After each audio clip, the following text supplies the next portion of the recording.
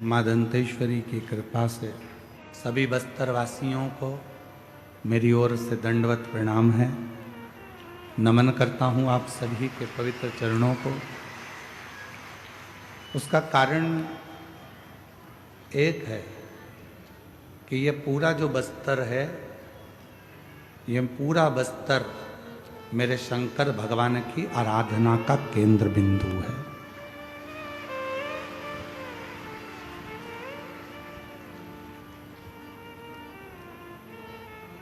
यहाँ बाणासुर ने तपस्या करी, यहाँ हिरण्याक्ष ने तपस्या करी, यहाँ स्वयं मेरी माँ जगत जननी आद्य शक्ति का दंत जो मेरे शिव को अति प्रिय था, वो दंत मेरे भगवान शंकर ने इस पवित्र बस्तर क्षेत्र में यहाँ गिराया।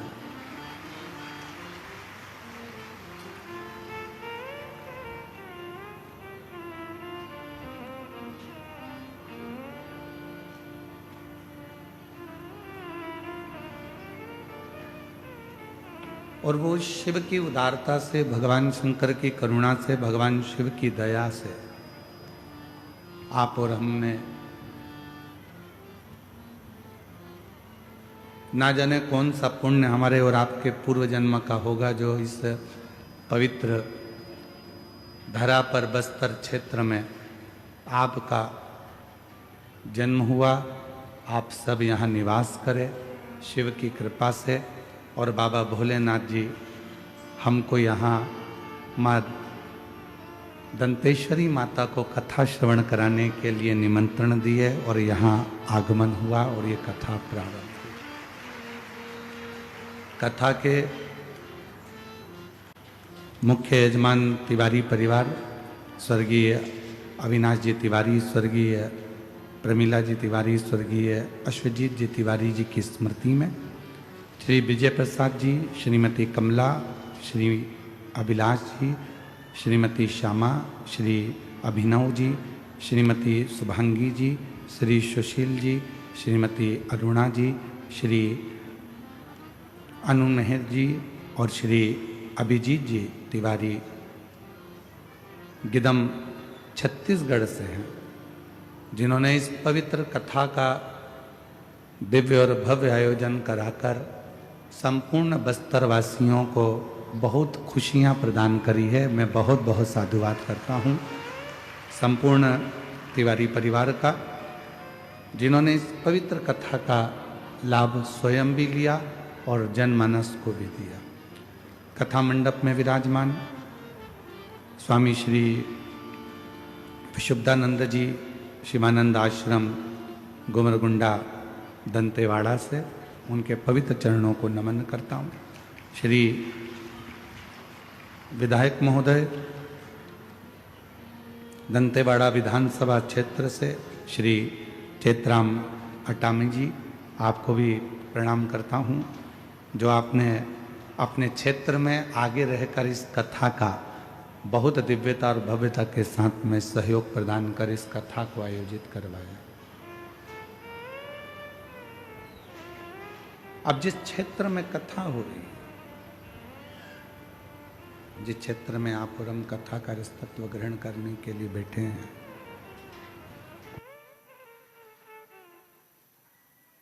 क्षेत्र में आप और हम कथा को श्रवण करने के लिए बैठे हैं, ये मां दंतेश्वरी का वो क्षेत्र है जहां माता की 52 शक्तिपीठों में से एक शक्तिपीठ विराजमान है।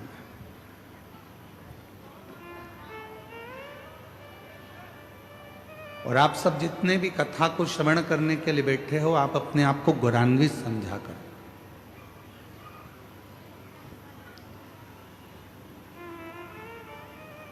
आप अपने आप को गौरवान्वित समझो, अपने आप को गौरवान्वित मानो कि आपका जन्म कोई साधारण सी जगह पर नहीं हुआ, उस बस्तर क्षेत्र में हुआ है जिस बस्तर क्षेत्र में स्वयं शंकर भगवान कहीं ना कहीं किसी ना किसी रूप में विराजमान,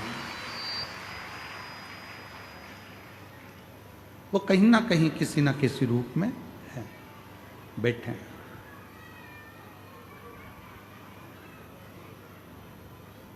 कोई उनको बूढ़ादेव महादेव कहता है, कोई उनको पाटदेव कहता है, कोई उनको अंगादेव कहता है। जिसकी जो मर्जी हो, जिसका जो भाव हो, उस भाव से शिव को लोग पूजते हैं। शायद दुनिया में 2 पवित्र नदियां ऐसी हैं जिन नदियों के जल से शंकर भगवान का शिवलिंग प्रकट होता है।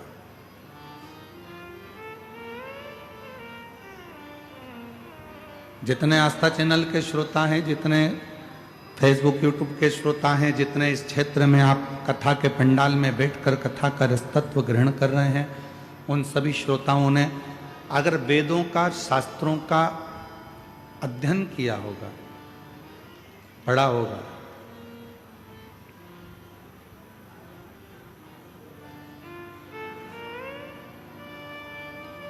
भारत की भूमि की वो 2 पवित्र नदियां जिन नदियों का जल से शंकर का शिवलिंग प्रकट होता है, एक मां नर्मदा और एक मां इंद्राणी, जो आपके बस्तर क्षेत्र में ही बहकर निकलती है। ऐसी पवित्र नदी इंद्राणी जिनके जल से स्वयं शंकर भगवान का शिवलिंग प्रकट होता, स्वयं शिव। और आज कहने में पीछे नहीं हटेंगे, पूरे बस्तर की भूमि को यदि खोद कर देखा जाए, या पूरे बस्तर की भूमि को खोद लिया जाए, या पूरी बस्तर की भूमि के एक एक अंश को यदि निकाल कर देखा जाए, तो पूरी भूमि पर कोई मिले चाहे ना मिले, पर पूरे बस्तर की भूमि में खुदाई में मेरे शंकर भगवान का शिवलिंग जरूर मिलेगा।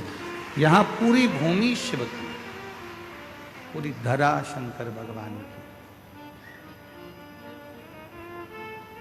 ऐसी कोई भूमि नहीं है, बस्तर का कोई ऐसा क्षेत्र नहीं है जहाँ शिव नहीं है। यहाँ पूरी क्षेत्र में, पूरी बस्तर के पूरे क्षेत्र में भगवान शंकर, भगवान शिव ही भगवान शिव है।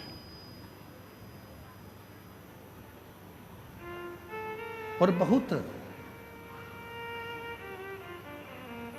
जितने 52 शक्तिपीठ हैं, उन शक्तिपीठ में जाना सरल है, 52 शक्तिपीठ में पहुंचना सरल है, पर सबसे कठिन अगर कोई शक्तिपीठ है तो मां दंतेश्वरी का शक्तिपीठ है।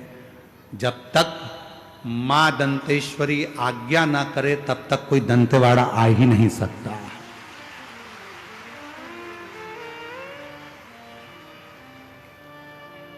तो मेरा तिवारी परिवार से निवेदन है, अभी आप सोचना छोड़ देना कि कथा आप करा रहे हो, और ये भी मत सोचना, आप भी अगर कोई लगे हो कथा में, सेवा कर रहे हो, चाकरी कर रहे हो, आराधना कर रहे हो, साधना कर रहे हो, व्यवस्था कर रहे हो, तो आप भी छोड़ देना कि कथा हम करा रहे हैं, हम मेहनत कर रहे हैं, हम खड़े हुए हैं। ना ना ना ना, ये कथा स्वयं मां दंतेश्वरी करा रही हैं, और ये कथा की आयोजक भी वही हैं, और इस कथा को करने वाली भी, और कराने वाली और सुनने वाली भी वही, आप और हम नहीं।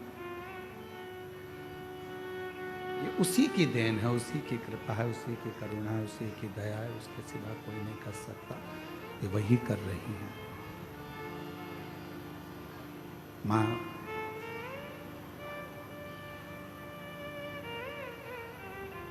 इंद्रावती एक ऐसी नदी है बस्तर क्षेत्र में,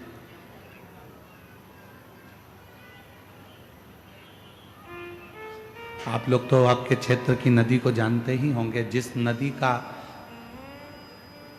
जल पत्थर को भी शिवलिंग बना देता है, इंद्रावती। ये कोई शिव महापुराण की कथा कोई साधारण सी पुस्तक या साधारण सी कथा नहीं है जिसको आपने और हमने श्रवण कर लिया और अपना बस थोड़ा सा श्रवण करा, इस कान से सुना, इस कान से निकाल दिया, बचा कुचा था तो कपड़े में से झटकार कर कह दिया कि हम तो सुनकर आ गए। ये वो कथा नहीं, इसको वो कथा नहीं कह सकते। भगवान शंकर की ये वो पवित्र कथा, भगवान शिव की ये वो पवित्र शिव महापुराण की कथा है।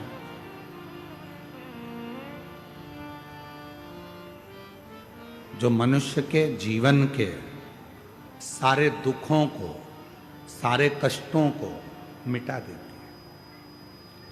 कथा पंडाल में अगर आप पहुंचे हो, कथा पंडाल में यदि कथा को श्रवण करने के लिए आप पहुंचे हो और कथा सुनने के लिए यदि आप पहुंचे हो, बैठे हो, तो याद रखना यहां से खाली नहीं जाओगे।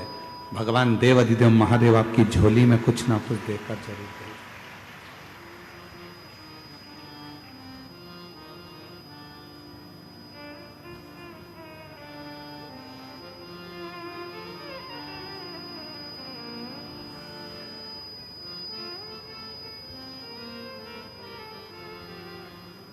मां कुछ कृपा करे। और ये जो धरा है, दंतेश्वरी माता की जो भूमि है, यहाँ शिव और शक्ति दोनों है और दोनों से ही हमको लेकर जाना। 7 दिन की शिव महापुराण की कथा आज प्रारंभ हो रही है।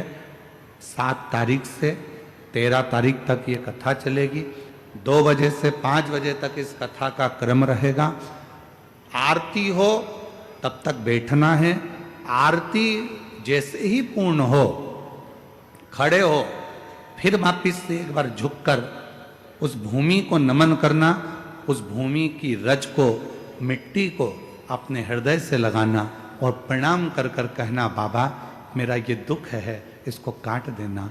हे माँ दंतेश्वरी, तेरी कृपा से आज भोले बाबा की यह पवित्र कथा यहाँ आई है। हे शिव शक्ति, हमारी तकलीफों को मिटा देना। उससे विनय कर कर जा।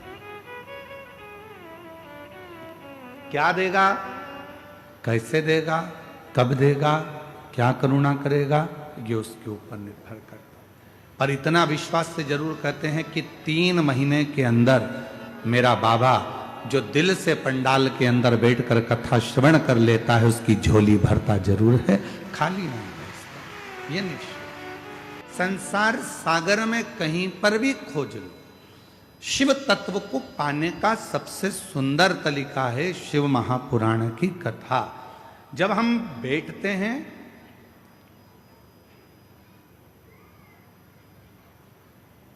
गुरु महादेव के चरणों में, तो हमारे को यह ज्ञात हो जाता है कि शिव तत्व है क्या।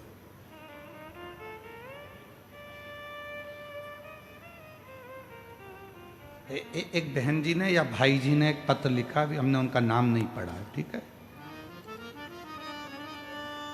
पत्र में लगभग प्रश्न हैं 7, 16, 18 प्रश्न हैं। उनका नाम है,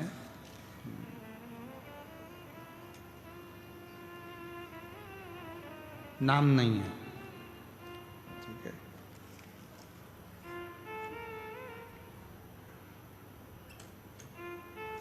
इसमें नाम नहीं है, पर 18 प्रश्न हैं। जिनने भी लिखे होंगे वो बैठे होंगे। मैं उनको नमन करना चाहता हूँ। अगर कहीं बैठे हों तो उनको प्रणाम करता हूँ। कहीं पर बैठे हों तो हाथ हिला सकते हैं। 18 प्रश्न, और सभी प्रश्न बहुत सुंदर है। उसमें वो संकोच ना करें कि हमने पत्र लिख दिया है और गुरुजी उस पत्र पर कुछ बोलेंगे। ना ना, आपको प्रणाम है, आपके प्रश्न बहुत अच्छा है। उसमें एक प्रश्न आपने लिखा है, जब आयु 100 वर्ष की है, पत्र एलईडी पर दिख रहा है क्या? अच्छा, आप लोग एलईडी पर पत्र का प्रश्न नंबर है 4। जब आयु 100 वर्ष की है तो मनुष्य 100 वर्ष तक जी क्यों नहीं पाता? मोबाइल में डाटा 5G का है।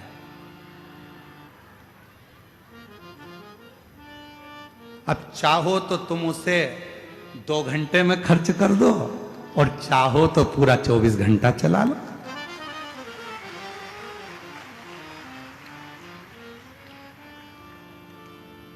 निर्भर आप पर करता है, दूसरे पर नहीं। भगवान ने थोड़ी ना कहा था कि मोटरसाइकिल इतनी तेज चला, इतनी तेज चला, इतनी तेज चला ने बुड़ बुड़ बुड़ बुड़ बुड़ बुड़ और बो बुड़ जा। भगवान ने तो पूरी दी है।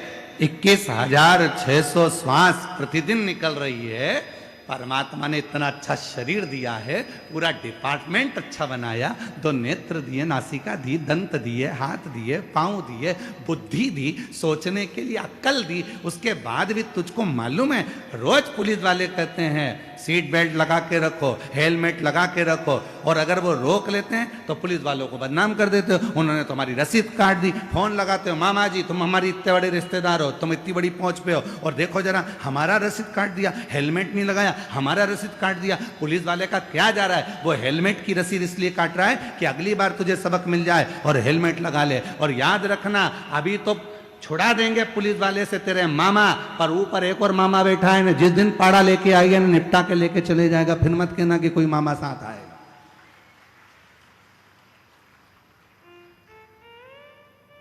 फिर मत कहना कि मामा साथ आया कि नहीं आया हो। शरीर उसने दिया है, उसने थोड़ी ना कहा कि तुम इतनी तेज भागो, कि गाड़ी चढ़ाओ, कि निपटी जाओ। उसने थोड़ी ना कहा कि तुम 4 व्हीलर गाड़ी को यूं घुमा, यूं घुमा, यूं घुमा, और रेस कर, न ट्रक के आगे जाना है, न पीछे जाना है, यहां जाना, वहां जाना, वो मालूम पड़े फिर एक दिन ऊपर जाना। ले, उसने थोड़ी ना।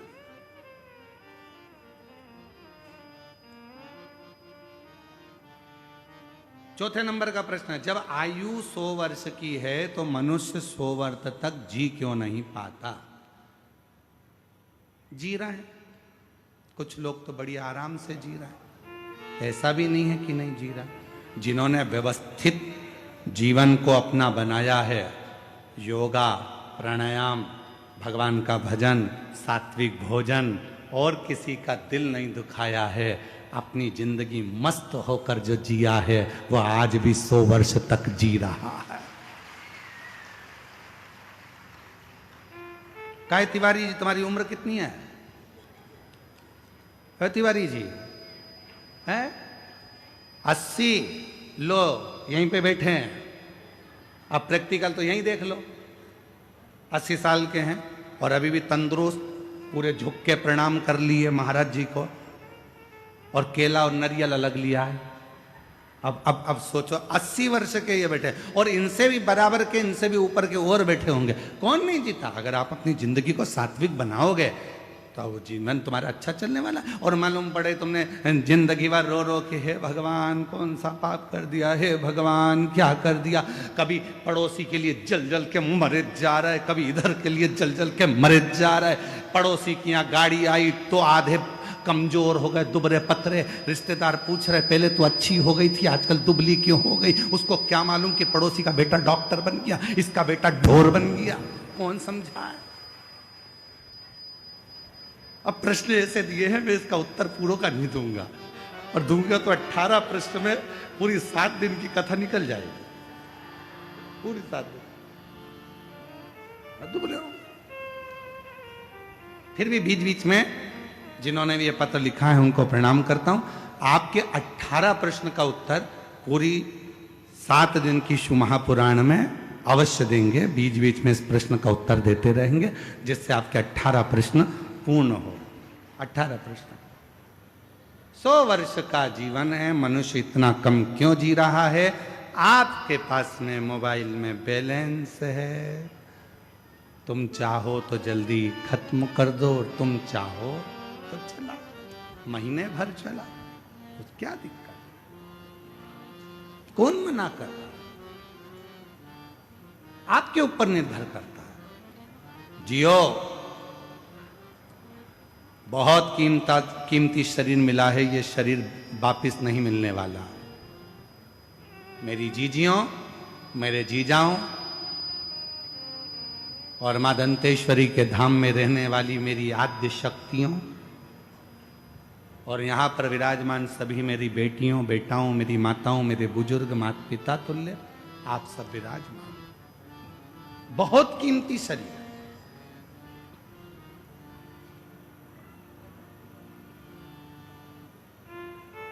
अब इस मन को आप चाहे भजन में लगा दो, चाहे आप भोजन में लगा दो। कितनी संपत्ति आपके पास में है वो मायने नहीं रखती है। वो जरूरी नहीं है।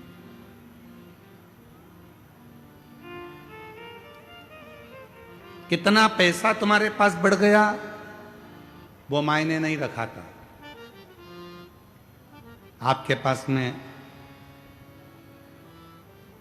कितनी प्रतिष्ठा है, कितनी इज्जत है, कितना वैभव है, कितना धन है, कितनी संपत्ति है, कितनी जमीन है, कितने तुम्हारे पास में वैभव है, कितनी गाड़ियां हैं, कितना धन है, कितनी संपत्ति है, वो मायने नहीं रखाता है।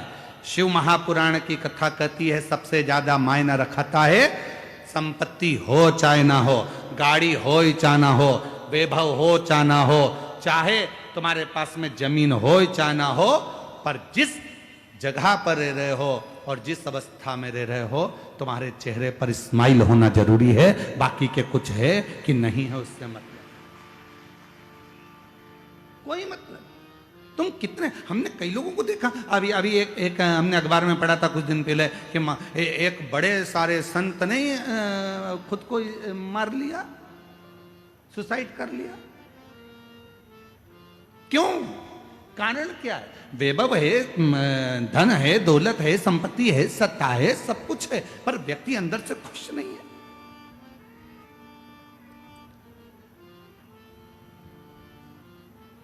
अभी शादियों का सीजन चल रहा है, पूरे देश में शादियां हो रही हैं। हमें उम्मीद है कि तुम्हारे छत्तीसगढ़ में भी खूब शादियां हो रही होंगी, शादी के गार्डन फुल चल रहे होंगे। बोलो तो सही है कि गलत है?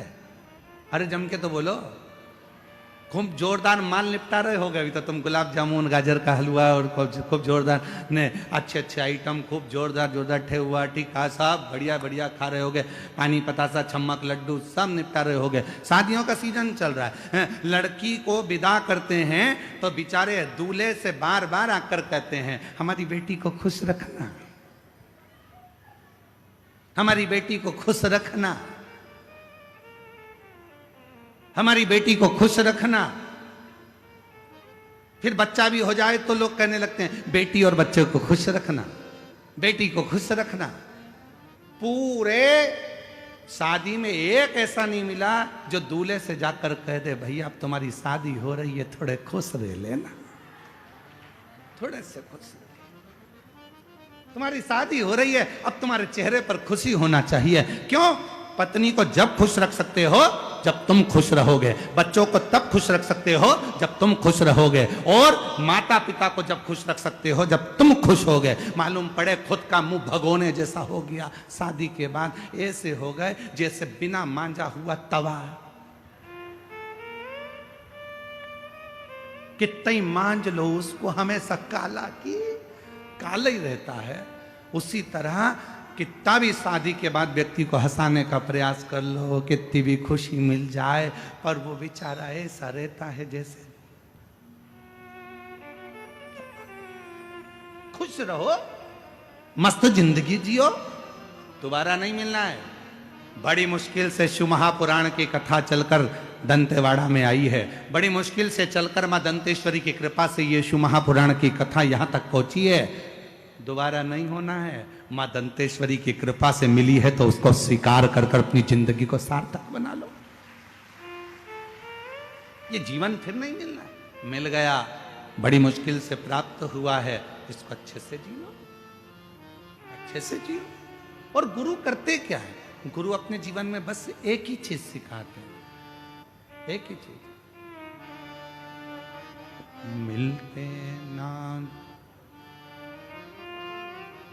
जो सतगुरु हमको। अगर इस संसार में अगर गुरु ना मिलते तो हम कैसे जान पाते? जब तक मिलो न तुम जीवन में, शांति कहाँ मिल सकती मन में। जब तक मिलो न तुम जीवन में, शांति कहाँ मिल सकती मन में। और खोज लिया संसार सदगुरु, एक तुम ही आधार। खोज तेरा संसार सतगुरु, एक तुम ही आधार। एक तुम ही आधार सतगुरु, एक तुम ही आधार। हमने पूरी दुनिया खोज ली पर भीतर की शांति को नहीं खोज पाए। मेरे देव अधिदेव महादेव ने दुनिया के लोगों को क्या दिया? मेरे शंकर भगवान ने एक लोटे जल से प्रसन्न होकर क्या दिया? मेरे देव अधिदेव महादेव ने दुनिया के लोगों को क्या दिया? तो कोई तुमसे पूछे तो कह देना, एक लोटा जल चढ़ाने वाले के हृदय में शंकर भगवान सबसे पहले शांति देते हैं, धीरज देते हैं, आनंद देते हैं कि तू अपनी जिंदगी को आनंद में जीना, खुशियों में जीना प्रारंभ कर दे। आनंद।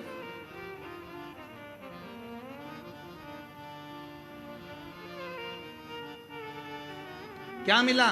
अगर कोई आपसे पूछे कि शिव पुराण की कथा में गए थे, आज पहले दिन की कथा थी, तुम लोग गए थे कथा में, क्या मिला? खूब आनंद मिला जी, खूब आनंद। और हमने सुना है कि बाबा सुनता है। हाँ, हमने भी सुना है, सुनता है। पर 7 दिन की कथा में जब हम बैठेंगे, श्रवण करेंगे, झोली पसार कर जब बाबा से अपने दिल की बात कहेंगे, तो मैंने सुना है 3 महीने में पूर्ण कर देता है, वो झोली जरूर भर देता है। वो भरेगा जरूर, उसका इंतजार करेगा। जब आनंद की अनुभूति होगी, हमें भीतर से आनंद ही ना आवे तो हम काय की जिंदगी जी रहा।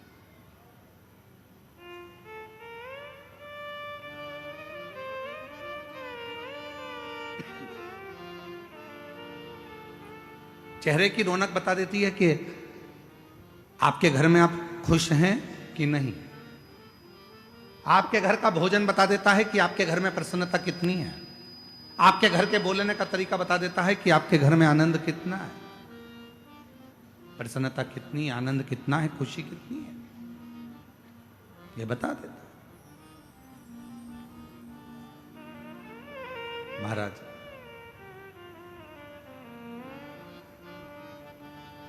मेरा निवेदन है मेरी जीजियों से, जितने आस्था चैनल पर कथा श्रवण कर रहे हैं, जितने फेसबुक यूट्यूब पर कथा श्रवण कर रहे हैं, और जितने इस पवित्र शिव महापुराण की कथा में बैठकर कथा को श्रवण कर रहे हैं, गीतम दंतेवाड़ा की इस पवित्र धरा से,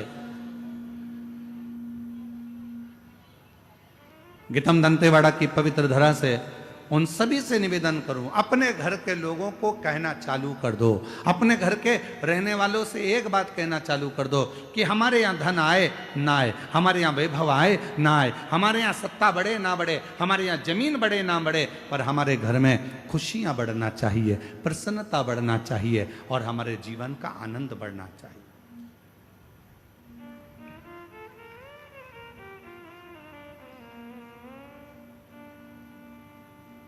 हमारे जीवन का एक आनंद बढ़े, और वो आनंद हमें परमात्मा के करीब में लेकर जाए। फिर निवेदन है, कितनी संपत्ति बढ़ रही है ना बढ़ रही उससे मतलब नहीं, तुम्हारे चेहरे पर खुशी बढ़ रही कि नहीं बढ़ रही, प्रसन्नता बढ़ रही कि नहीं बढ़ रही, वो जरूर।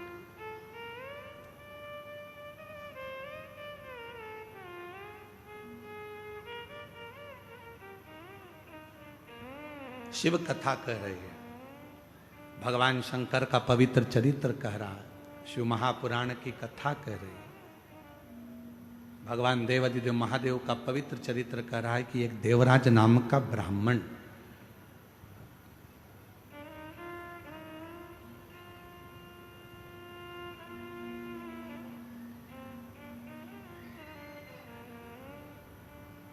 और वो देवराज नाम का ब्राह्मण जो ना कभी मंदिर गया, ना कभी देवालय गया, ना कभी शिवालय गया, ना कभी कोई सत्संग में, कभी कोई भजन में, कहीं नहीं, केवल उसकी माता जो थी वो शिव भक्त थी। वो भगवान शंकर को 1 लोटा जल रोज चढ़ाती थी, वो शिव की आराधना में डूबी रहती थी, भगवान शंकर की भक्ति करती रहती।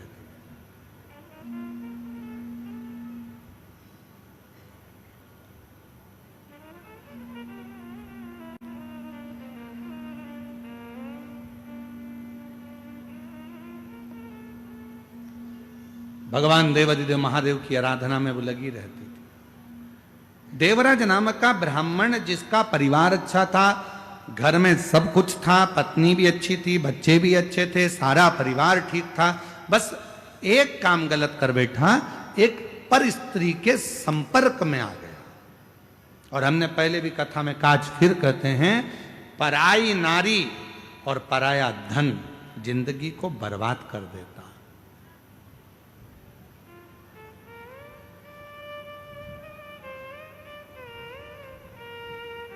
घर में धर्म पत्नी है, उसका सम्मान करो, इज्जत करो, अच्छी वाणी में उसको आदर के वचन बोलो। घर में बच्चे हैं, उनको संभालो, आदर के वचन बोलो, सम्मान करो, सत्कार करो उसका। दूसरी नारी को आप इतना आदर देते हो, इतना प्रेम से बोलते हो, इतना स्नेह से बोलते हो, उतना ही प्रेम और स्नेह से घर की नारी से बोल लो ना, तो तुम्हारे लिए घी की चुपड़ी हुई रोटी रोज लाके धर दे। इतने प्रेम से। ना जाने पर वो वाणी कहां चली जाती, वो आदर के शब्द कहां चले जाते हैं, वो सम्मान के शब्द कहां चले जाते हैं, वो आदर के व्याख्यान कहां चले जाते हैं।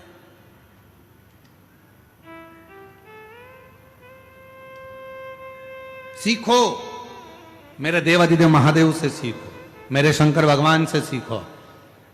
33 कोटि देवता में केवल एक देवाधिदेव महादेव ऐसे हैं जो अपनी पत्नी को पूर्ण आदर देते हैं। भगवान नारायण लक्ष्मी जी को अपने चरणों के पास रखते हैं।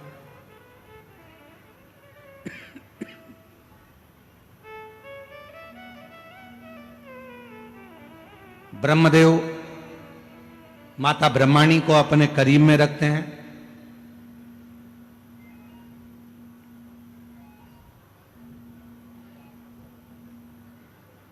ब्रह्मदेव माता ब्रह्माणी को अपने करीब में रखते हैं। इंद्रदेव इंद्राणी को अपने करीब में रखते हैं। भगवान नारायण माता लक्ष्मी को अपने चरणों में रखते हैं। पर देव अधिदेव महादेव भगवान शंकर, अगर जमीन पर भगवान शिव बैठे हैं, भगवान शंकर का शिवलिंग अगर भूमि पर है, तो मेरे देव अधिदेव महादेव माता पार्वती को ऊंचे स्थान पर रखते हैं कि तू मुझसे ऊंची बैठना, मैं तो जहां हूं वो ठीक है। एक नारी का आदर क्या हो सकता है, एक नारी का सम्मान क्या हो सकता है, एक नारी का सत्कार कैसा होना चाहिए, एक नारी का आदर कैसा होना चाहिए, एक नारी का आदर सम्मान सत्कार कैसा होना चाहिए, ये देव अधिदेव महादेव बताते हैं। ये भगवान शंकर बताते आदर कैसा। लोग कहते हैं कि सबसे ज्यादा प्रेम इन देवता ने करा, कोई कहता है कि भगवान ने इन देवता ने प्रेम करा, कोई कहते हैं उन देवता ने प्रेम करा। पर कभी कभी अंदाजा लगाकर बैठिएगा, शिव जैसा प्रेम कोई नहीं कर सकता। शंकर जी जैसा प्रेम कोई नहीं कर सकता। भगवान शंकर जैसा स्नेह नहीं कर सकता।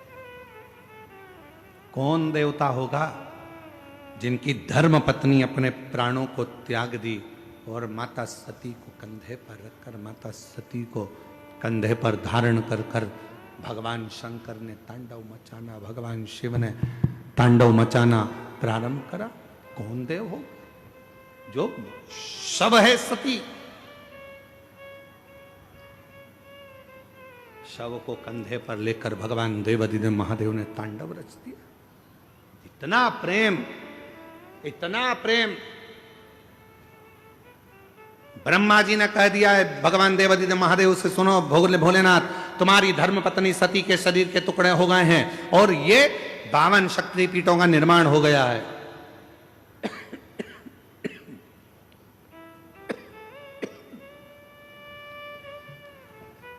माता सती के शरीर के टुकड़े हो गए और ये शक्तिपीठों का निर्माण हो गया है।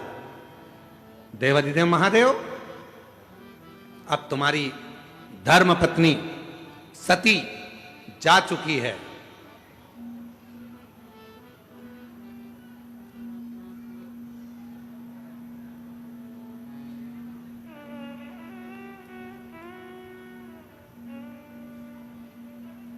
अब माता सती जा चुकी है।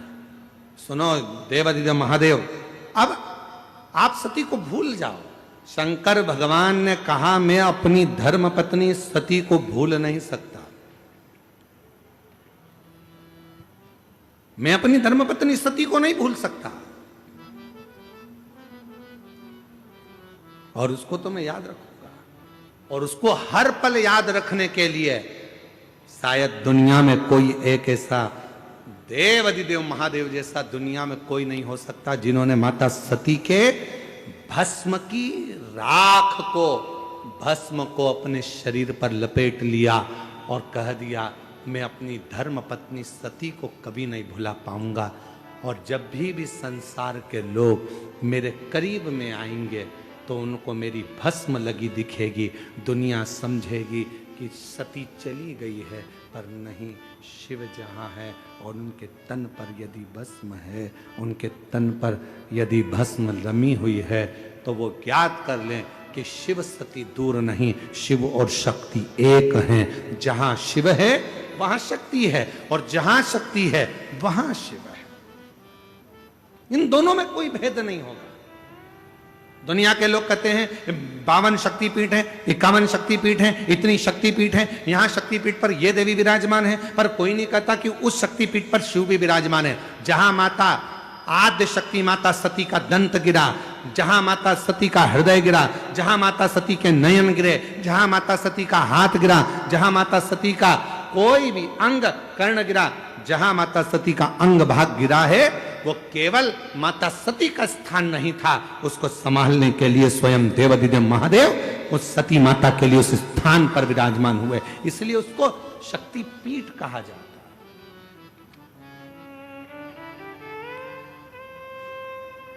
शक्ति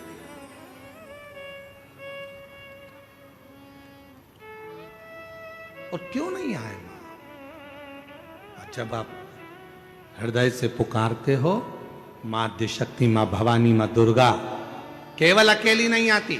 लोग कहते हैं नवरात्रि में 9 दिन तक माता की जोत लगाओ, देवी जी की जोत जल रही है। लोग कहते हैं कि नवरात्रि में माता जी की जोत लगाओ, केवल ज्योति जल रही है। ना ना, हम माता के मंदिर में, हम अपने घर के अंदर देवी की जोत क्यों जलाते हैं? उसका कारण एक होता है कि माता तो मूर्ति के रूप में विराजमान है, माता तो जवारे के रूप में विराजमान है, माता तो स्वरूप के रूप में विराजमान है, माता तो फोटो के रूप में विराजमान है। पर जोत जगाने का मतलब यह होता है कि जो ज्योति है वो शंकर का प्रतिबिंब स्वरूप है, और मां के सामने जब जोत जलाई जाती है तो शिव और शक्ति उसी स्थान पर आकर विराजमान हो जाते हैं, जिसको ज्योतिर्लिंग का प्रतिबिंब स्वरूप भी कहा जाता है।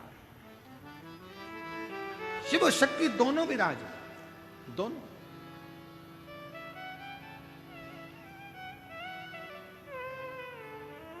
इसलिए शायद दुष्टों का संहार करने के लिए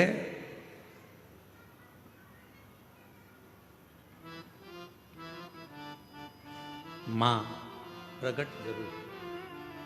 लोग कहते हैं कि अकेली है, नहीं, अकेली अकेली नहीं। एक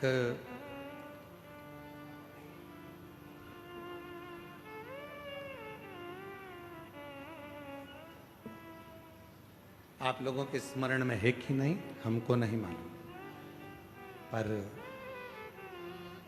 2 माता ऐसी है, 2 जगत जननी ऐसी है कि दुनिया का कोई भी व्यक्ति कितना भी टोना कर दे, चाहे दुनिया का कोई भी व्यक्ति कितनी भी विद्या कर दे, चाहे दुनिया का कोई भी तांत्रिक, कोई विद्या करने वाला तुम्हारे ऊपर कितनी भी विद्या कर दे, 2 देवी ऐसी है जो उस टोना को, उस विद्या को पलट देती है। और यह हम नहीं कह रहे हैं, देवी भागवत कह रही है। देवी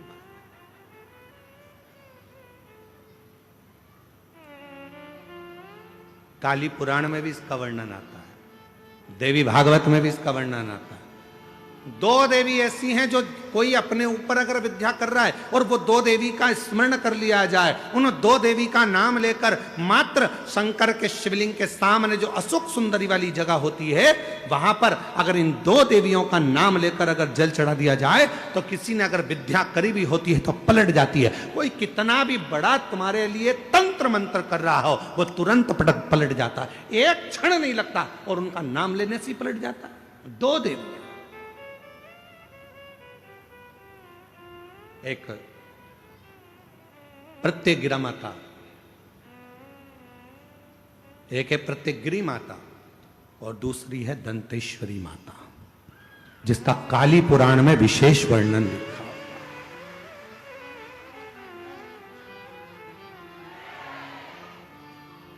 जिसका देवी भागवत में वर्णन आता है। और महाराज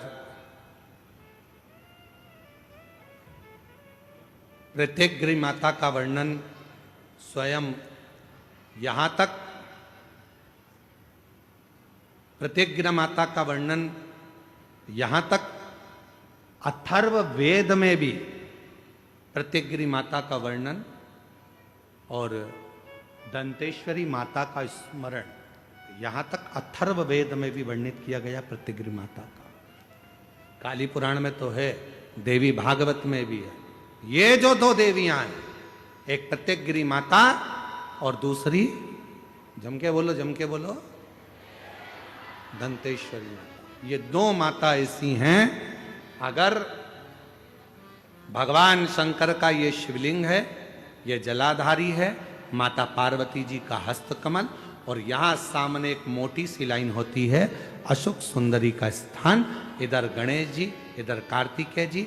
जब हम दक्षिण में खड़े होकर, उत्तर में मुख कर कर, यहां खड़े होकर जब हम शिवलिंग पर जल चढ़ाते हैं और अपने जल के पात्र को थोड़ा सा आगे बढ़ाकर हम इस स्थान पर, अशोक सुंदरी के स्थान पर, इस यहां खड़े होकर जल चढ़ाते समय इस स्थान पर अपने पानी के लोटे को आगे बढ़ाते हैं और जल को यहां गिराते हैं।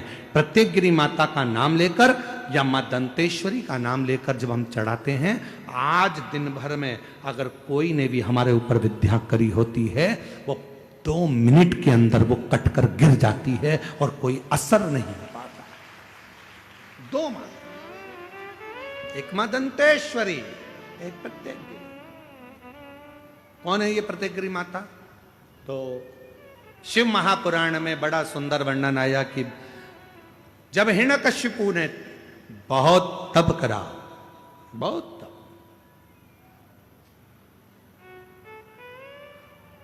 बहुत तप,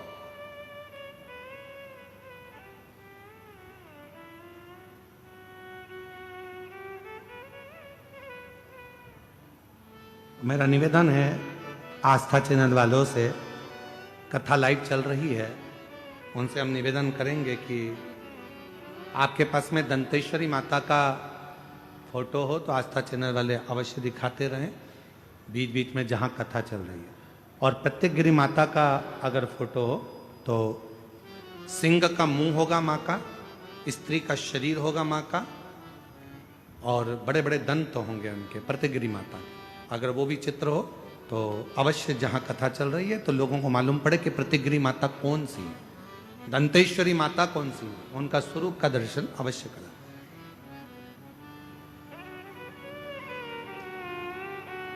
और प्रतिग्री माता का अगर फोटो का आप लोगों को समझ में ना आए तो एक बार हमको व्यासपीठ पर लाकर उस मोबाइल में दर्शन कराएं तो हम भी बता देंगे। प्रतिग्री माता, 2 माता ऐसी है। काली पुराण के अंतर्गत, देवी भागवत के अंतर्गत, हमारे वेदों के अंतर्गत 2 माताओं का क्रम बड़ा विचित्र। तो हम अभी जो कथा को प्रारंभ कर रहे हैं तो प्रतिग्री से प्रारंभ कर रहे हैं और इसको लेकर जाएंगे दंतेश्वरी माता तक। मां दंतेश्वरी महाराज,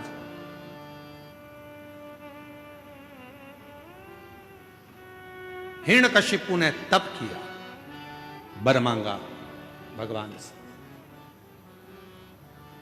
वर प्राप्त किया। ना नीचे मरूं, ना ऊपर मरूं, ना अंदर मरूं, ना बाहर मरूं,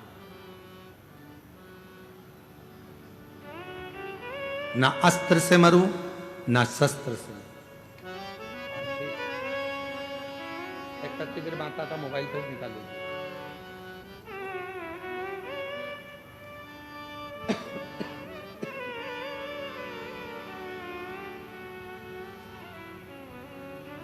ना अस्त्र से मरूं, ना शस्त्र से मरूं, ना दिन में मरूं, ना रात में मरूं,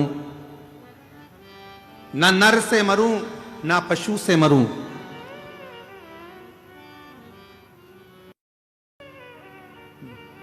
ना ही 12 महीने में मरूं, ये हिरण्यकशिपु ने वर मांगा, वर दिया तथास्तु, ठीक है। और वो वर मिल गया।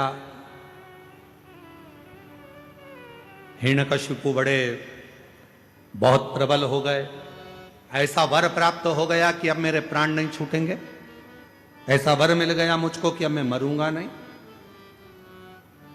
खूब खूब उत्पात हिरण्यकशिपु ने मचाया।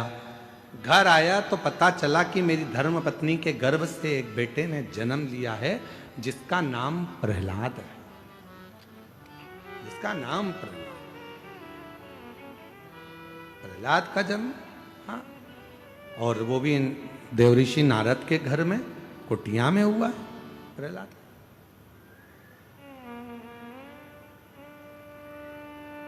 हिरण्यकशिपु प्रहलाद की भक्ति को देखते रहे, क्योंकि प्रहलाद देवऋषि नारद के घर में रहे तो उन्होंने भगवान का भजन सुना, भगवान का स्मरण सुना।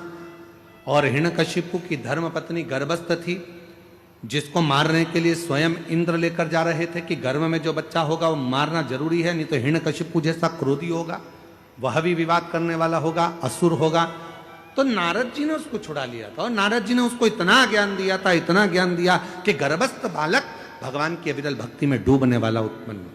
इसलिए हमारे पुराने समय की माताएं कहती हैं कि गर्भ में जब बच्चा रहे उस समय पर रामायण गीता का स्मरण करना चाहिए, गर्भवती नारी को भगवान का भजन करना चाहिए, गर्भवती नारी को भगवत स्मरण करना चाहिए, गर्भवती नारी को भगवान को जल चढ़ाना चाहिए, गर्भवती नारी को अच्छे अच्छे पुराण वेद और शास्त्र श्रवण भी करे और पढ़े भी। पर आज के जमाने में जैसे गर्भ ठेरता है डॉक्टर कह देते हैं बेड रेस्ट, पलंग पर पड़ी रहो दिन भर।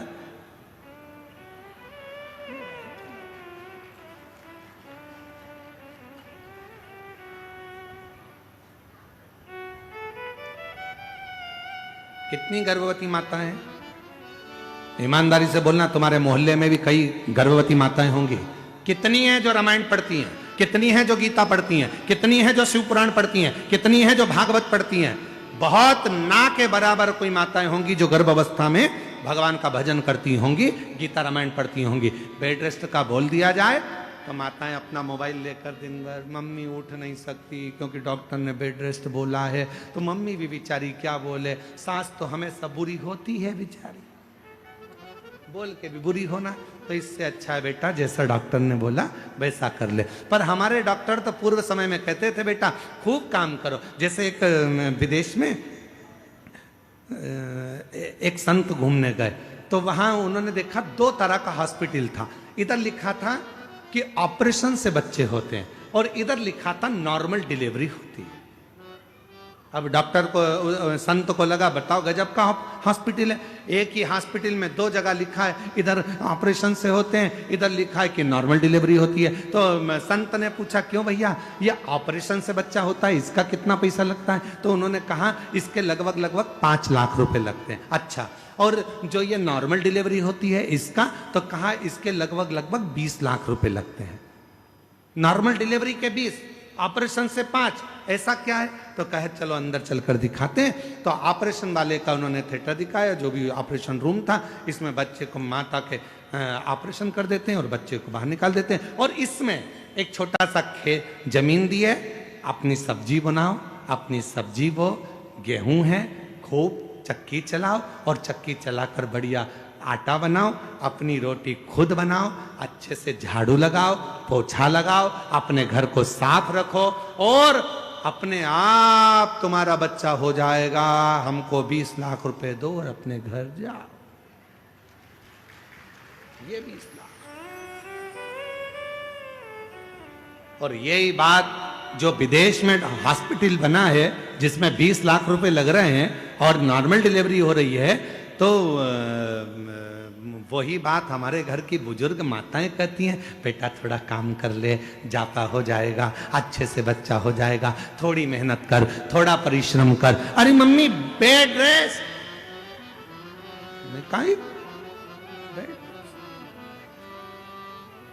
तो माँ ने कहा अच्छा ठीक है बेड रेस्ट ले, तो थोड़ी रामायण पढ़ ले। मम्मी रामायण मम्मी गीता पढ़ ले, नहीं।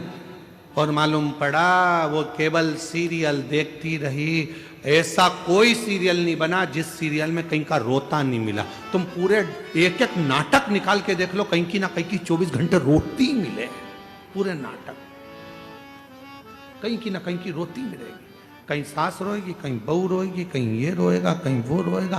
पूरे नाटक में दर्द भरे सीन ही दिखते हैं। इसलिए औलाद भी जो पैदा होती है आज के जमाने है कि वो भी नाटक कंपनी पैदा होती है। नाटक गोदी में रखोगे तो चुप, गोदी से नीचे उतारोगे तो पे पे करे। इतने में तो सास भी चिल्ला के कह दे हमारी भी 4 औलाद थी री बहू, खिला देते पिला देते पटक देते खेलते रहते, पर तेरी औलाद धाई भगवान जाने ना जाने कहां से आई। ऐसी औलाद संवर ही नहीं। लोग भी तो पहले नियम था। अब हिरण्यकशिपु की धर्मपत्नी को लेकर चले गए देव ऋषि नारद, और उन्होंने जो उपदेश दिया हिरण्यकशिपु की पत्नी को समझाना प्रारंभ किया, ज्ञान उपदेश देना प्रारंभ करे और भगवान के भजन गाना जो प्रारंभ करे, तो गर्भ में जो बालक था जन्म लेते ही उसने आह्लाद किया, भगवान के नाम का वर्णन किया, तो उसका नाम प्रहलाद हो गया। प्रहलाद अब वो भी भगवत भजन में लग गया, वो भी भगवत स्मरण में लग गया, भक्ति में डूब गया।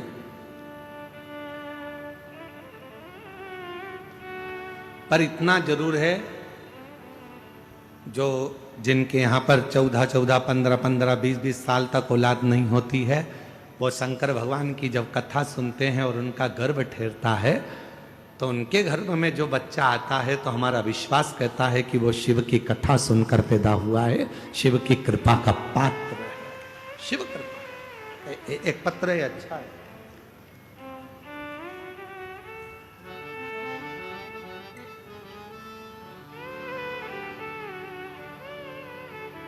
गुरु जी, पंडित जी, मेरा नाम सपना नायक और मेरे पति का नाम कमलेश नायक।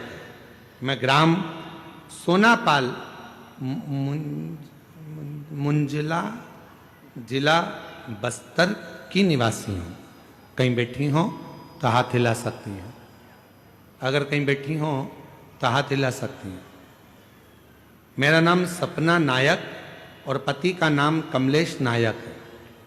कहीं बैठी हो तो हाथ हिला सकती हैं, और अगर बच्चा आया हो साथ में तो लेकर व्यासपीठ पर आ सकती हैं। बच्चे को साथ लाई हैं तो ला सकती हैं। मैं ग्राम सोनपाल मुंजला जिला बस्तर की निवासी हूँ गुरुदेव। 1 लोटे जल का, आप लोग एलईडी पर पत्र पढ़ सकते हैं, पत्र चल रहा है एलईडी। 1 लोटे जल की क्या बखान करूं, मेरे जीवन में एक नई रोशनी भर दिया। गुरुदेव, मेरी शादी को 14 वर्ष हो चुके थे, पर मुझे संतान सुख की प्राप्ति नहीं हुई। 14 वर्ष हो चुके थे पर मुझे संतान सुख की प्राप्ति नहीं हुई।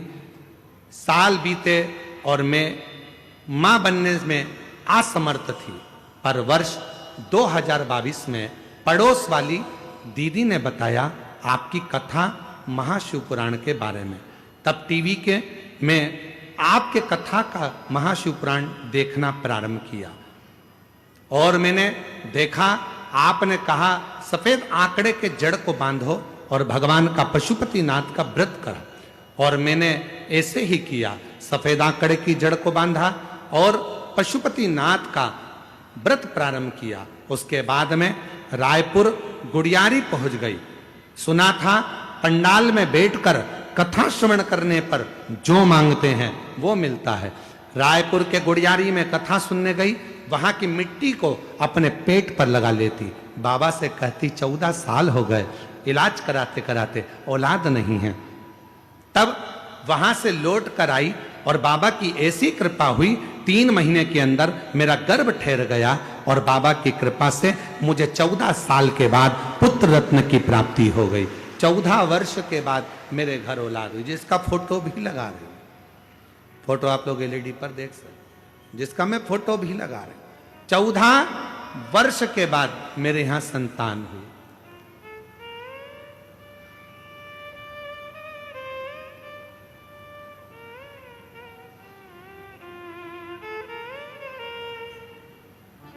हमने उसका नाम भोला रखा है।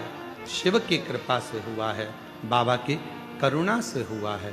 और तेरी कृपा का क्या है भरोसा, कब किस पर हो जाए, जरा सी हम पर कर दो, जरा सी हम पर कर दो। आप भी बोलो साथ में, जिस पर भी हो गई तेरी कृपा करुणा वो भव पार हुआ, बोलो बोलो बोलो, भव पार हुआ। पापी हो चाहे जितना उसका भी बाबा उद्धार हुआ, उद्धार हुआ। गिद्ध अजामिल गणिका जैसे तेरे मन को भाई, जरा सी हम पर कर दो, जरा सी हम पर कर दो। तेरी कृपा का क्या है भरोसा, कब किस पर हो जाए, जरा सी हम पर कर दो, जरा सी हम पर कर दो। जब तक उसकी कृपा नहीं होती, करुणा नहीं होती, दया नहीं होती, तब तक भगवान केवल आपके विश्वास पर, आपके भरोसे पर शिव है। भरोसा है शंकर जी, भरोसा नहीं है शिव नहीं। विश्वास है तो परमात्मा है, और विश्वास नहीं है तो परमात्मा भी नहीं। विश्वास है तो परमात्मा।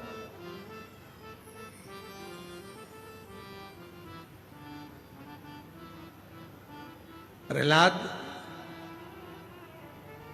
बहुत भगवान की भक्ति करता, हिरण्यकशिपु उसको मारने का प्लान पर प्लान करता, बहुत प्रयास। खोलते तेल में डाल दिया प्रहलाद को, नहीं मरा।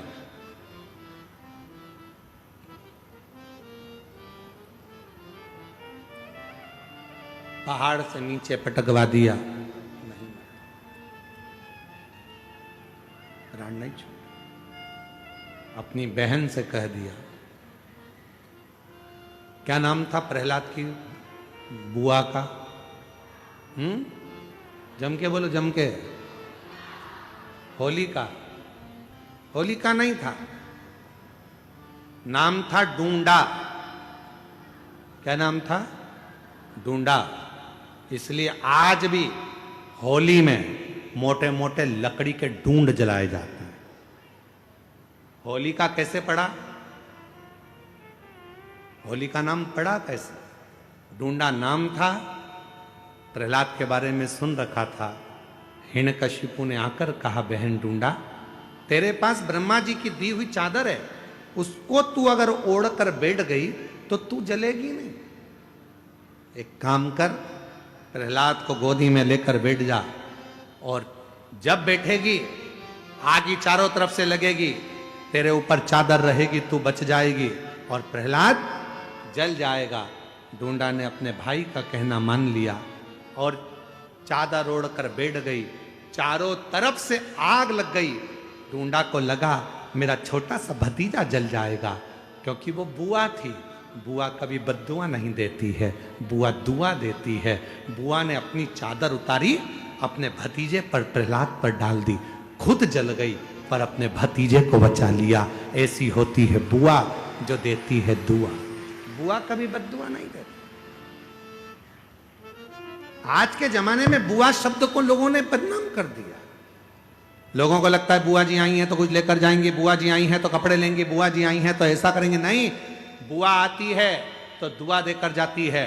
लोगों ने होली का त्योहार मनाया, अर्थात वो डूंडा जलने से पहले अच्छा काम कर कर परमात्मा की होली इसलिए हमारे देश में मनाते हैं होली का त्योहार। वो मरने पर अपने भतीजे को बचाकर परमात्मा की होली थी वो होली। इतना उसका भी बाबा उद्धार हुआ, उद्धार हुआ। विद्या जान गणिका जैसे तेरे मन को। जोरदार ताली बजाइए। 14 वर्ष के बाद बाबा ने हम पर करे उससे प्रणाम, उसको नमन, उसको विनय कर। शिव कथा कर रही महाराज। अगर विश्वास है, जैसे उस बहन ने कहा हमारा भरोसा था, हम गए गुड़ियाली में कथा सुनने रायपुर में, वहां की मिट्टी को अपने गर्भ पर लगा लिए। 14 साल तक औलाद नहीं हुई। बाबा स्वीकार करना। आपसे भी निवेदन है, शिव महापुराण की कथा अगर दंतेवाड़ा में आई है, शिव महापुराण की कथा मां दंतेश्वरी की कृपा से हो रही है, शिव महापुराण की कथा गितम की इस पवित्र भूमि पर यदि हो रही है, दिल से आकर बैठकर बाबा को अपने मन की भाव कहना, मेरा बाबा 3 महीने के अंदर मुराद पूर्ण जरूर करता है। स्वीकार जरूर कर, उससे कहो दिल से कि महादेव नमन चरणों में स्वीकार कीजिए, सबका किया है मेरा भी उद्धार कीजिए। उद्धार कीजिए। आप भी बोलो साथ में, महादेव नमन। चरणों में, बोलो बोलो, महादेव नमन चरणों में स्वीकार कीजिए। सबका किया है मेरा भी उद्धार कीजिए, उद्धार कीजिए। है त्रिपुंडधारी, है त्रिशूलधारी, है त्रिपुंडधारी, है त्रिशूलधारी। बस उसको विनय करो, निवेदन करो। प्रहलाद अग्नि से भी जला नहीं, हाथी के पांव के नीचे मरा नहीं। तब हिरण्यकशिपु को क्रोध आया और हिरण्यकशिपु ने एक धधकता हुआ खंबा सामने खड़ा कर दिया। अग्नि में तप रहा था वो खंबा कई समय से। हिरण्यकशिपु से पूछा हिरण्यकशिपु ने प्रहलाद से, क्या इसमें तेरा भगवान है? हाँ, इसमें मेरा भगवान।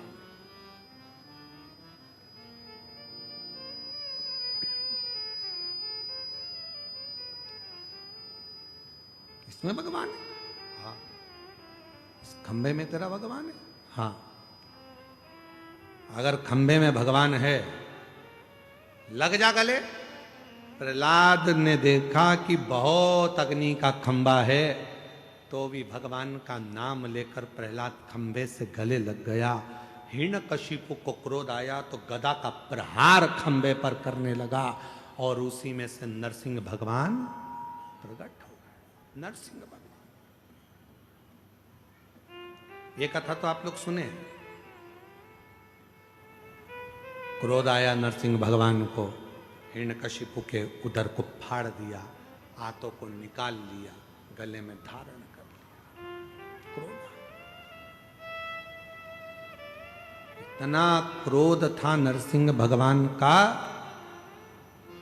हिरण्यकशिपु के शरीर का जब रक्त भगवान नरसिंह के शरीर पर लगा तो उनका क्रोध और प्रबल हो गया। और रक्त मतलब जो भाग उसने ग्रहण करा था, जो भोजन उसने ग्रहण करा था, उसका जो एक बूंद अंश बनता है, वो रक्त उसके शरीर पर लगते से क्रोध आ गया। क्रोध।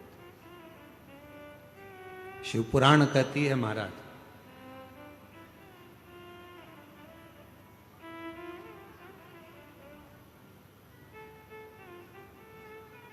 जैसा खाया अन्न, बोलो बोलो जम के बोलो, वैसा हो गया मन। जैसा पियो पानी, वैसी हो गई वाणी। और जैसा पिया दूध, वैसा बन गया बुद्ध। बुद्धि कैसे बनी है? दूध से। थैली का पियोगे तो थैली जैसे हो जाओगे, डब्बे का पियोगे तो डब्बे जैसे हो जाओगे, और गौ माता का अगर दूध पियोगे तो गाय जैसे निर्मल हो जाओगे। ये दूध पर आधार। कई लोग बोतल का दूध पी पी के, तो माताओं ने ऐसी आदत डाल दी है बोतल की, ना जाने वो बोतल कहां से आ गई।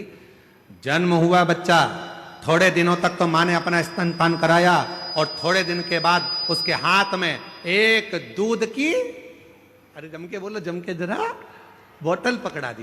पहली बार ना जाने कौन से मुहूर्त में तुमने उसके हाथ में बोतल पकड़ाई थी। हाथ में आई दूध की बोतल, थोड़ा बड़ा हुआ तो स्कूल में आई पानी की बोतल, और बड़ा हुआ कॉलेज गया तो कोल्ड ड्रिंक की, बोलो बोलो बोलो बोलो जम के, कोल्ड ड्रिंक की बोतल। कोल्ड ड्रिंक की बोतल छूटी, फिर नहीं बोलूं तो अच्छा है। वैसे ही सीवर वाला महाराज बहुत बुरा है बोलने के मामले। और अब जब बोतल पकड़ ली तब गुरुजी के पास, गुरुजी गुरुजी इनकी बोतल छुड़ा दो। तो गुरुजी कहे उनकी मम्मी के पास जाओ जिन्होंने पकड़ाई थी, बचपन में पकड़ाई थी दूध की बोतल, उस दिन से ना जाने कौन से मुहूर्त में पकड़ी थी, और वो दूध की बोतल जब से पकड़ी तो आखिरी तक नहीं छूटी है। मेरा निवेदन है, पहले के बुजुर्ग चांदी की कटोरी होती थी, नी होती थी, तो तांबे की कटोरी में, कांसे की कटोरी में, कांसे की चम्मच से, पीतल की कटोरी में, पीतल की चम्मच से अपने बच्चों को धीरे धीरे दूध पिलाते तो उसमें वात्सल्यता होती थी।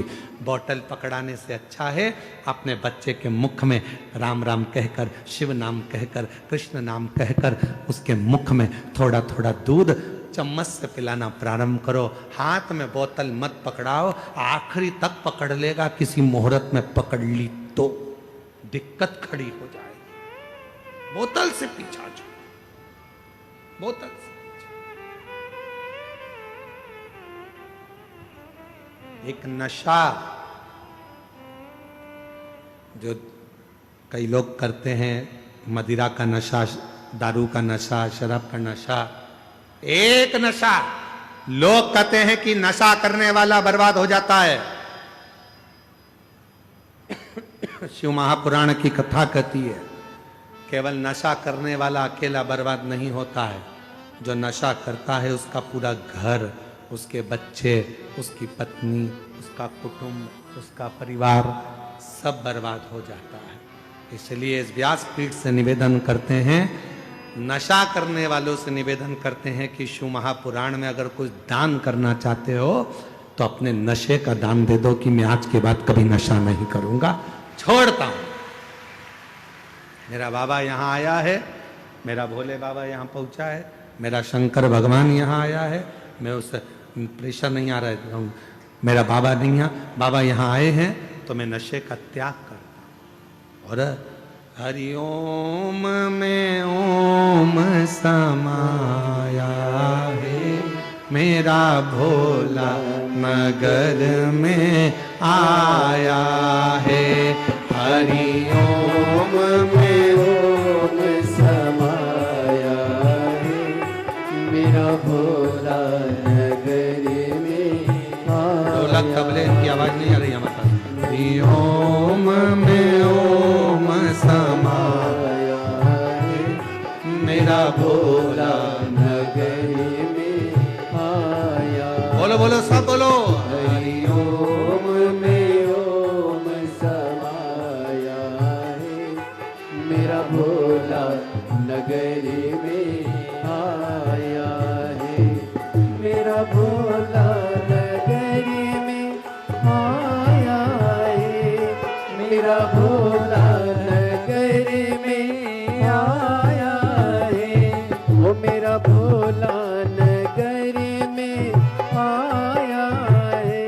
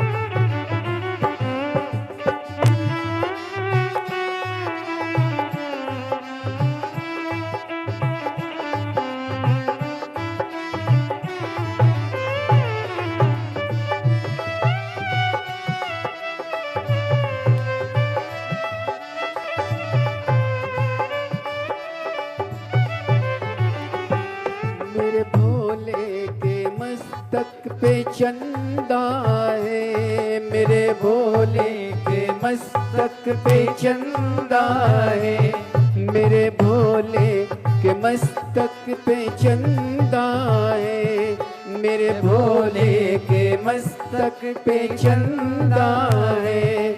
ओ चंदा है, हाँ चंदा है, चंदा है, हाँ चंदा है, मेरे भोले के मस्तक पे चंदा है, मेरे भोले के मस्तक पे चंदा है। चंदा में, चंदा में, चंदा में ओम समाया है, मेरा भोला नगर में आया है। चंदा में ओम समाया है, मेरा भोला नगर में आया है। हरि ओम में ओम समाया है, मेरा भोला नगर में आया है।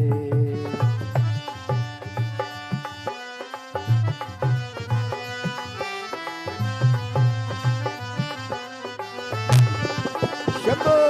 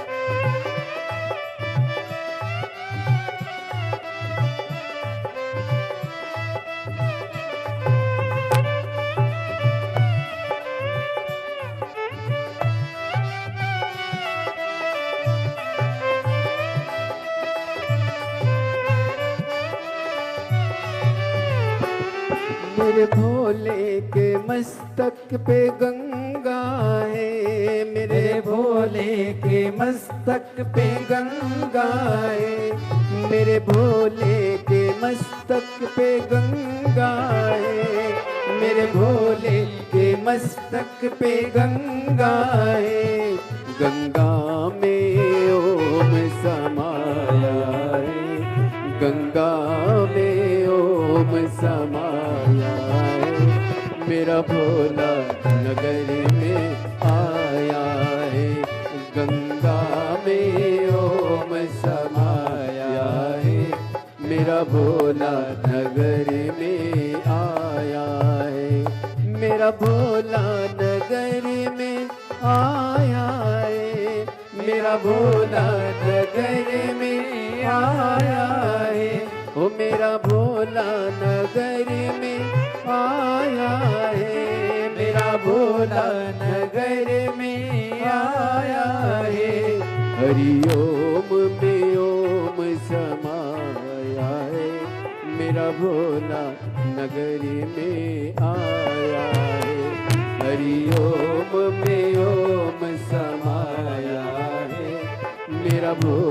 नगर में आया है।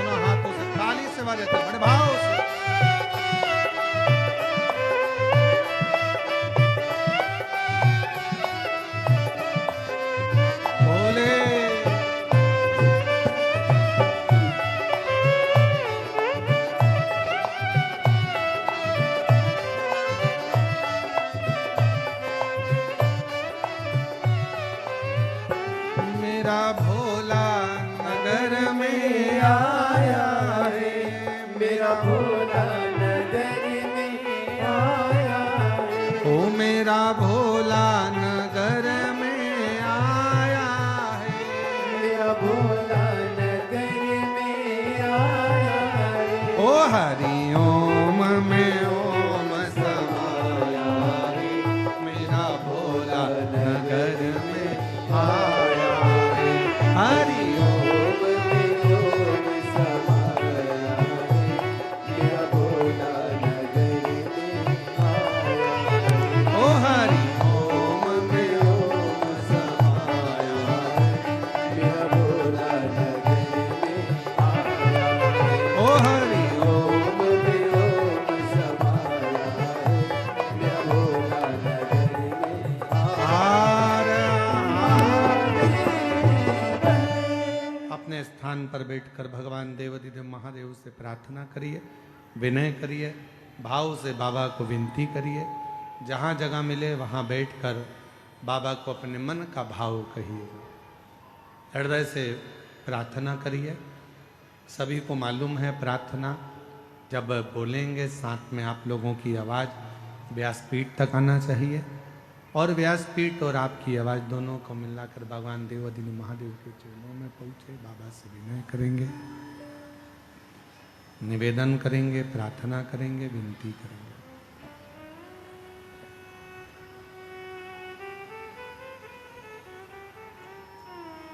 दिल से बाबा को प्रार्थना करिएगा।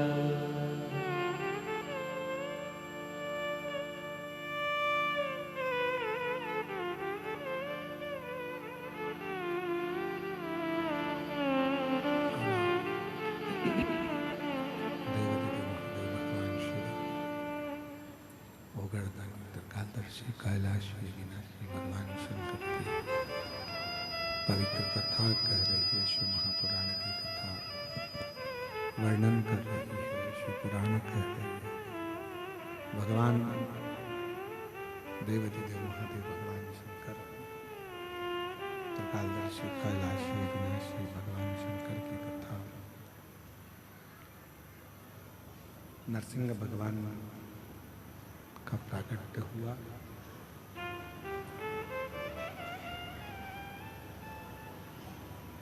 जैसा खाया अन्न वैसा हो गया मन, जैसा पिया पानी वैसी हो गई वाणी।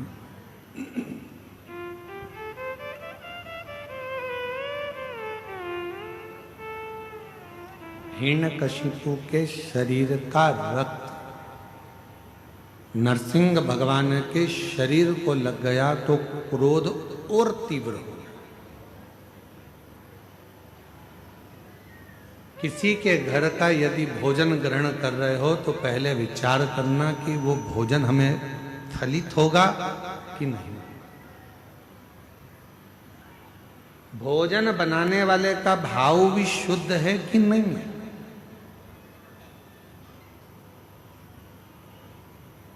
एक कितना सुंदर प्रसंग आता है कि एक राजा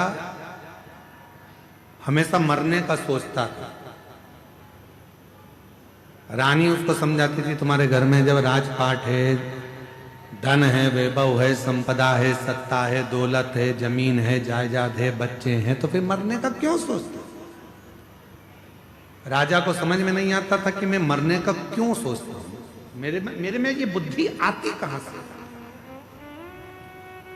राजा एक दिन अपने गुरुजी के पास गया, गुरुदेव से जाकर कहा गुरुजी एक बात समझ में नहीं आती, मेरे मन में ये भाव नहीं समझ में आ रहा कि आखिर सब कुछ अच्छा है तो फिर मरने का मेरे मन में ये बार बार प्लान क्यों आ रहा है, मेरे मन में बार बार ऐसा भाव क्यों आ रहा है। गुरुजी ने कहा कि तुम्हारे घर में भोजन कौन बनाता है, रानी बनाती है कि नहीं बनाती, नहीं बनाती। कौन बनाता है तो कि एक सेविका आती है, एक दासी आती है, वो भोजन बनाने वाली दासी सेविका भोजन बनाती है। अच्छा पता करो उस सेविका को कोई तकलीफ तो नहीं है। मालूम करा तो वो सेविका सबसे एक ही बात कहती थी, मैं तो इतनी दुखी रहती हूं, मैं तो मर जाऊं तो अच्छा। सेविका हमेशा एक ही बात सोचती थी कि मैं तो इतनी तकलीफ में हूं, इतनी दुखी हूं कि मर जाऊं तो अच्छा। भोजन बनाती रहती, आंख से आंसू बहाती रहती और मन में मरने का विचार करती। भोजन कौन करता, राजा। बुद्धि किसकी बिगड़ी, राजा की। मरने का प्लान कौन कर रहा, राजा। राजा सेविका को बुलाकर पूछे कि तुम भोजन बनाती हो और तुम्हारे मन में ये अलग अलग भाव आते रहते हैं मरने के, क्यों। कहा मैं दुखी हूं, तकलीफ में, कष्ट में, इसलिए मैं मरने का विचार करती रहती हूं महाराज। राजा ने उस सेविका को निकाल दिया, भोजन रानी बनाने लगी। राजा की उम्र के लिए सोचती थी मेरा पति खूब जिए, खूब आनंद में रहे, स्वस्थ रहे, खुश रहे। पति स्वस्थ रहने लगा, खुश रहने लगा, आनंद में रहने लगा। मेरी जीजियों, मेरे जीजाओं, मेरी बेटियों, बेटाओं, मेरी माताओं, एक निवेदन आपसे करें, भोजन बनाओ, मना नहीं है। भोजन बनाने वाले तुम्हारे घर में आए, मना नहीं है, पर भोजन बनाने वालों से एक बात जरूर करा करो कि जब तुम भोजन बनाओ तो भगवान का भजन गाते हुए बनाओ, जिससे हमारे घर में भी भगवत कीर्तन स्मरण होता है, भगवत नाम चले।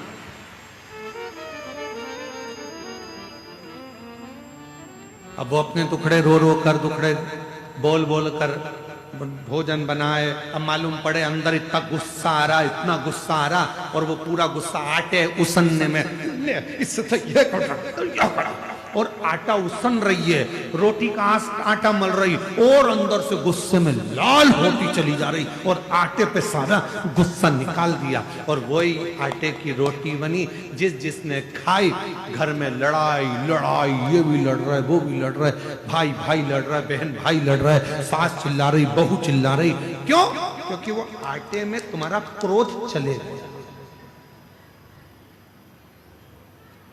कई माताओं की आदत रहती है चावल में सीटी नहीं आती, अरे बोले तो जम के, चावल में सीटी नहीं आती तो गुस्से में वो चावल की सीटी बार बार सीटी पर वो आई नहीं, तो इसने 2 बार लाया, ऐसे 2 बार, आखिरी में उसने धम के दिया रपक।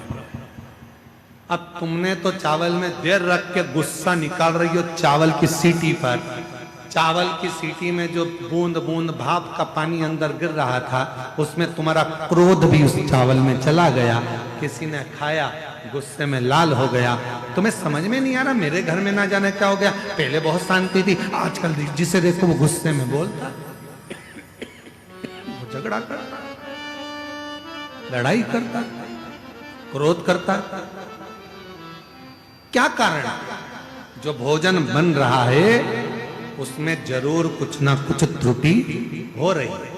इसीलिए आप लोगों से कहते हैं कि कहीं मंदिर जाओ, देवालय जाओ, शिवालय जाओ, सीहोर कुबरेश्वर धाम जाओ, तो आपसे निवेदन है कि होटल में भोजन कम करो, पहले कुबरेश्वर धाम की खिचड़ी प्रसाद 2 रोटी कुबर बाबा के भंडारे की अवश्य खाओ, जिससे हमारे रोग दूर हों, दुख दूर हों, कष्ट दूर हों, परेशानी, तकलीफ दूर,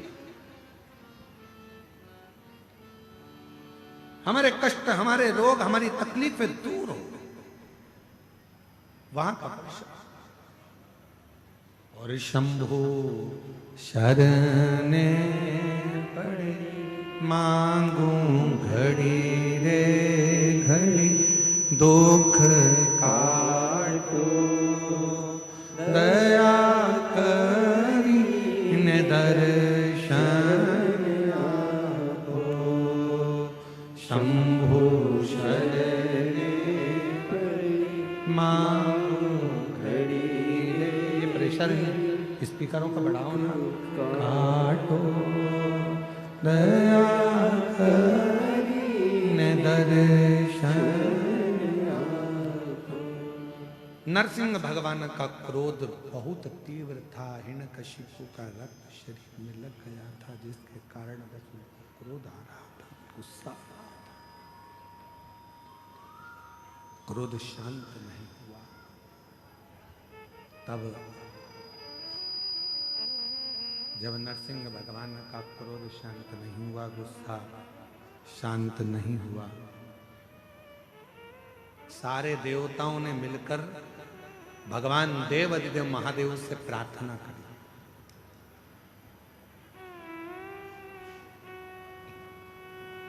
एक कथा है प्रत्यग्र माता की। कथा के प्रारंभ में कहा है 2 देवी हैं, उन दोनों का जल यदि आप उनका नाम भी पुकार लेते हो, हम तो यहां तक कहेंगे, अगर किसी को बहुत गंदे गंदे स्वप्न आते हो, बहुत गंदे स्वप्न, हर कुछ दिख रहा है, सांप दिख रहे हैं, मौतें दिख रही है, कहीं कुछ दिख रहा है, एक्सीडेंट दिख रहा है, अपने ही मालूम पड़े पति के बारे में ही गलत देख लिया, पत्नी के लिए गलत देख लिया, माँ बाप के लिए गलत देख लिया, भाई बहन के लिए गलत देख लिया। कभी कभी ऐसा लगता है अंदर से कि मेरे पति के साथ कुछ गलत ना हो जाए, मेरे बेटे के साथ गलत कुछ ना हो जाए, मेरी पत्नी के साथ गलत कुछ ना हो जाए। घर के लोगों के लिए हम जब गलत गलत विचार मन में आने लगते हैं, तब प्रत्यग्र माता का नाम या दंतेश्वरी माता का नाम किस रूप में लेना है वो कथा चलती है। और शायद संपूर्ण विश्व में इस कथा की धूम है, पूरे विश्व कि दंतेश्वरी माता की कथा को हमें श्रवण करना है। आखिर माँ का स्वरूप क्या, माता का स्वरूप, माता का स्मरण, माता की भक्ति, माता का विश्वास। तो नरसिंह भगवान का क्रोध बड़ा तीव्र हो रहा था, प्रकट हो रहा था। वो क्रोध शांत नहीं हो रहा था, क्रोध शांत। सब देवता मिलकर भगवान देवाधिदेव महादेव के पास में पहुंच गए, भगवान शिव जी के पास। और भगवान देवाधिदेव महादेव के पास में जाकर, भगवान शंकर जी के पास जाकर भगवान देवाधिदेव महादेव से प्रार्थना कर, बाबा नरसिंह भगवान को बड़ा क्रोध आ रहा, बड़ा, आप उस क्रोध को मिटा दीजिए, आप उस क्रोध को शांत कर दीजिए, उस क्रोध को समाप्त कर दीजिए।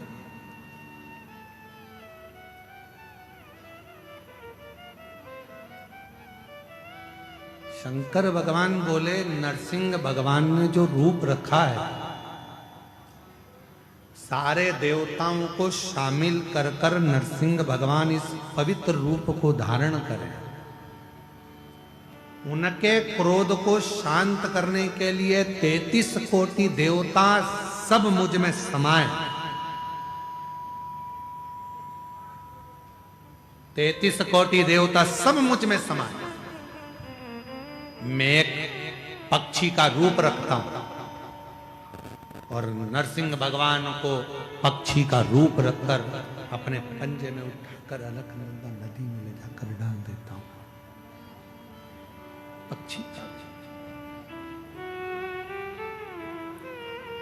सारे देवता राजी हो गए। अब नरसिंह भगवान से उनके सामने क्रोध को शांत करने के लिए शंकर भगवान श्रंभेश्वर महादेव बन गए। बोले श्रंभेश्वर महादेव की। भगवान शंकर का एक ऐसा स्वरूप, मुख है शेर का, शरीर है मनुष्य का और पंख बने हैं दो उड़ने के, शरंभ पक्षी। मेरे देव अधिदेव महादेव ने देखा कि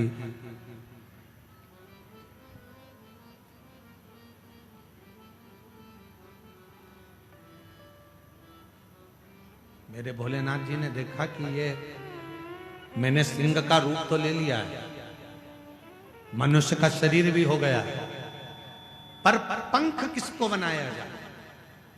तब मेरे भोलेनाथ ने त्रिदेवियों का आवाहन किया, हे लक्ष्मी, हे पार्वती, हे सरस्वती, आओ और तुम मेरे पंख बन जाओ।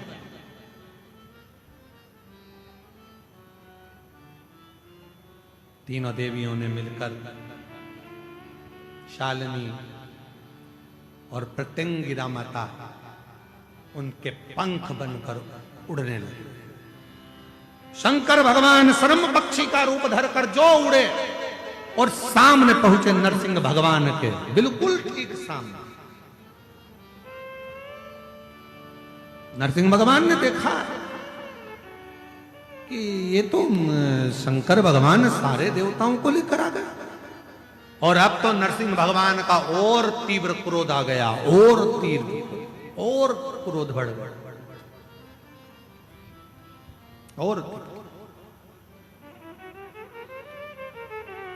और जैसे ही और तीव्र क्रोध हुआ, नरसिंह भगवान ने अपना और रूप बदल लिया। शंकर भगवान बने शरंभ पक्षी तो नरसिंह भगवान स्वयं गंडभैरुण का रूप धर लिए। एक ऐसा पक्षी जिसके दो मुख थे और बड़े बड़े पंख, दोनों में होने लगा युद्ध।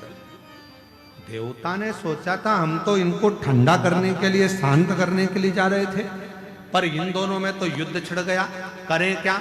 उसी समय मां शरंभ पक्षी के उस पंख के रूप में जो मां प्रत्यंगिरा माता थी, उसी समय पर उन्होंने अपना स्वरूप अलग किया और जैसे एक सिंह का मुख होता है, सिंह का मुख है, नारी का स्वरूप है और मां उसी पल प्रत्यंगिरा माता के रूप में प्रकट हो गई। उसी पल, उसी समय आप लोग दर्शन कर रहे होंगे आस्था चैनल पर, सभी आस्था चैनल वासी और जितने भी कथा में बैठे हैं, एलईडी पर भी आप लोग प्रत्यंगिरा माता का दर्शन कर रहे होंगे। सिंह का मुख है मां का, भयंकर जिब्या लपलपाती हुई, भयंकर दंत है माता के, शरीर स्त्री का है मां के।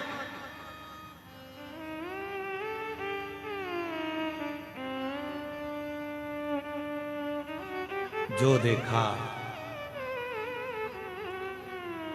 गंड भैरूण के रूप में विराजमान नरसिंह भगवान और शरंभ के रूप में विराजमान मेरे देव अधिदेव महादेव दोनों ही शांत हो गए। और दोनों शांत होते से ही प्रत्यंगिरा माता को जो देखा तो शिव जी ने कहा, है प्रत्यंगिरा, तुम वो शक्ति हो जो पार्वती सती का एक स्वरूप है। तुम्हारे दंत का दर्शन एक प्रत्यंगिरा के रूप में होगा।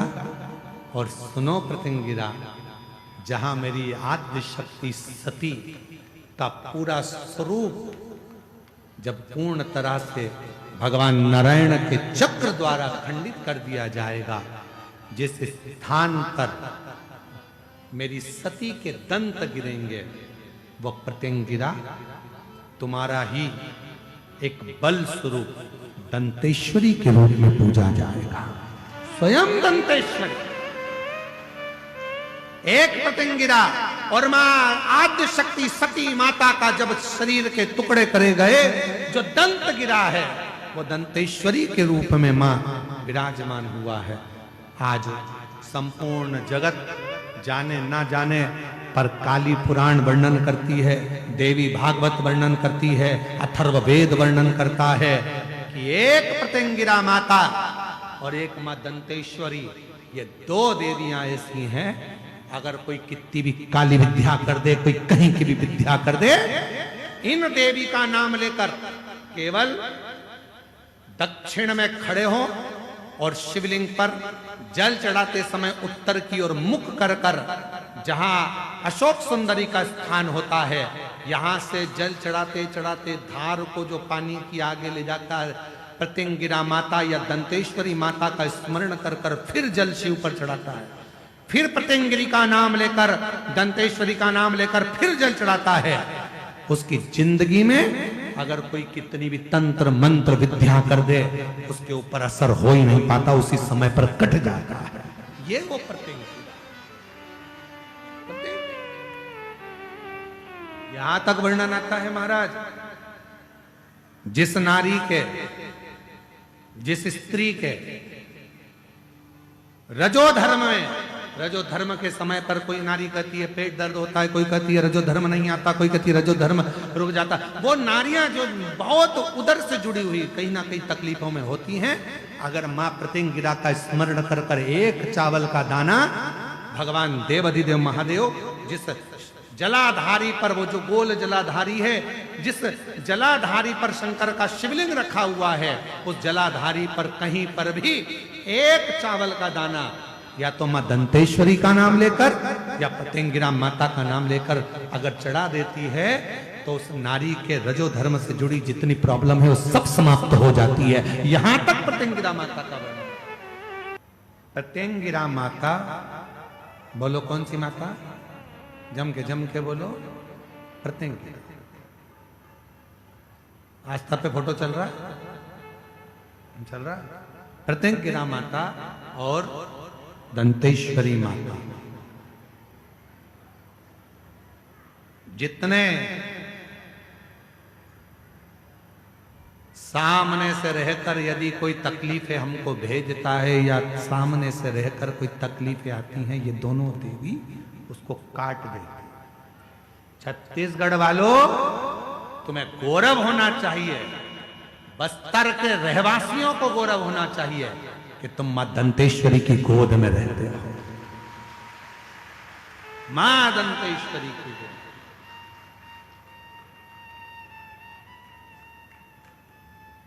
वो साधारण नहीं है। बस तुम्हारा विश्वास दृढ़ होना चाहिए।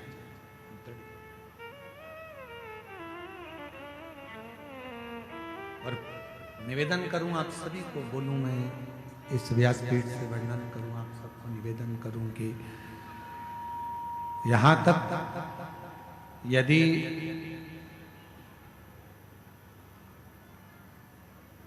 यहां तक वर्णन आता है, अगर किसी व्यक्ति का एक्सीडेंट हो गया है और बिल्कुल डॉक्टर ने कह दिया कि इसका बचना मुश्किल है, आप डॉक्टर साहब से कहो कि डॉक्टर साहब आप इलाज करिए, क्योंकि डॉक्टर शिव का एक रूप होता है।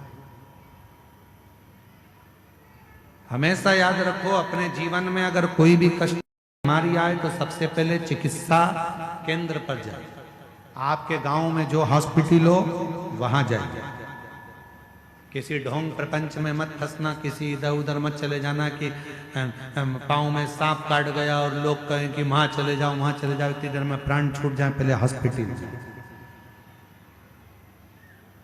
कोई बीमारी आ गई, यहां वहां ना जाकर सबसे पहले हॉस्पिटल जाए, अस्पताल। क्यों? शिव पुराण कहती है कि हॉस्पिटल में जो डॉक्टर का एक रूप होता है वो शंकर का एक स्वरूप होता है। आप उसको शिव मानकर जब कहोगे कि इसको रोग आ गया, बीमारी आ गई, इलाज करिए। जांच का बोले जांच करिए, दवाई का बोले दवाई करिए, पर साथ में भगवान शंकर के ऊपर एक लोटा जल चढ़ाकर वो जल का भी आचमन कराते रहो। जब दवा और दुआ दोनों साथ चलती है तो व्यक्ति जल्दी ठीक हो जाता है और स्वस्थ। दवा दुआ दोनों साथ चलना चाहिए तो व्यक्ति ठीक होता है। महाराज मान लो कोई एकदम एक्सीडेंट हो गया, डॉक्टर ने जवाब दे दिया कि अब तो मुश्किल है, बहुत मुश्किल, बहुत मुश्किल। तब प्रयास करो, बन सके रात्रि के समय हो चाहे दिन का समय हो, कभी भी शिव जी के मंदिर में जाकर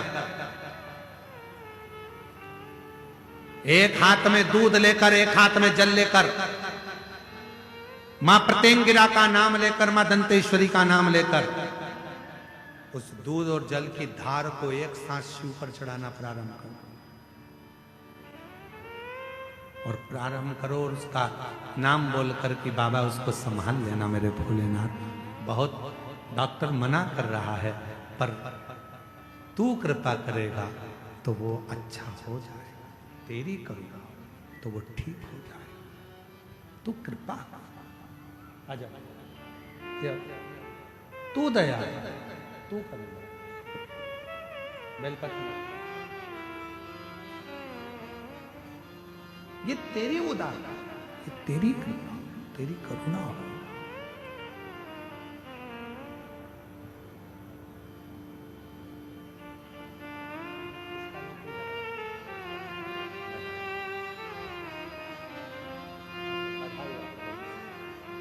आपका पहले नौकरी शिक्षक में लगा, कई वर्ष तक नौकरी जब लगा नहीं, 15 साल तक टूट गई अंदर से, तब मोबाइल पर कथा सुनना प्रारंभ करा और बाबा की कृपा से पहले शिक्षिका पद पर हुआ और उसके बाद कोर्ट में क्लर्क पद पर हुआ। एक बार जोरदार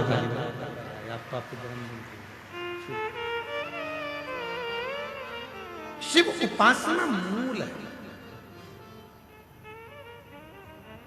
शंकर की उपासना मूल है। मां पतंगिरा ने नरसिंह भगवान और भगवान शंभेश्वर के दोनों को दर्शन दिया, दोनों, और दोनों के क्रोधों को शांत कर दिया, दोनों के। शिव पुराण कहती है देवराज नाम का ब्राह्मण ना कभी मंदिर गया था, ना कभी शिवालय गया था, ना कभी उसने दर्शन किया था, ना कभी आराधना करी थी, पर शिव की भक्ति में कभी नहीं रमा था। चोरी का धन लेकर जा रहा था, मंदिर के अंदर प्रवेश कर गया, शरीर में ताप गिर रहा था, बुखार आ रहा था। एक ब्राह्मण शिव पुराण की कथा कर रहा था, वो श्रवण कर रहा था। 2 क्षण की शिव महापुराण की कथा उसके कानों में चली गई और आखिरी में उसके प्राण बेलपत्र के वृक्ष के नीचे छूट गए। देव अधिदेव महादेव स्वयं नंदी लेकर आए और उसको ले जाकर कैलाश पर पहुंचा। कहते हैं साधारण मनुष्य अगर प्राणों को छोड़ता है, यम लेने आते हैं। साधारण मनुष्य अगर प्राणों को छोड़ता है, भगवान के पार्षद लेने के लिए आते हैं। पर केवल एक देव अधिदेव महादेव भगवान शंकर ऐसे हैं जिनको जल चढ़ाने वाला, जिनको भजने वाला, जिनको स्मरण करने वाला जब प्राणों को छोड़ता है तो ना उसे पार्षद लेने आते हैं, ना उसे यम लेने आते हैं, उसे तो स्वयं देव अधिदेव महादेव नंदी लेकर ले के लिए आते हैं। स्वयं शंकर भगवान नंदी लेकर आते हैं उसको लेने के लिए, स्वयं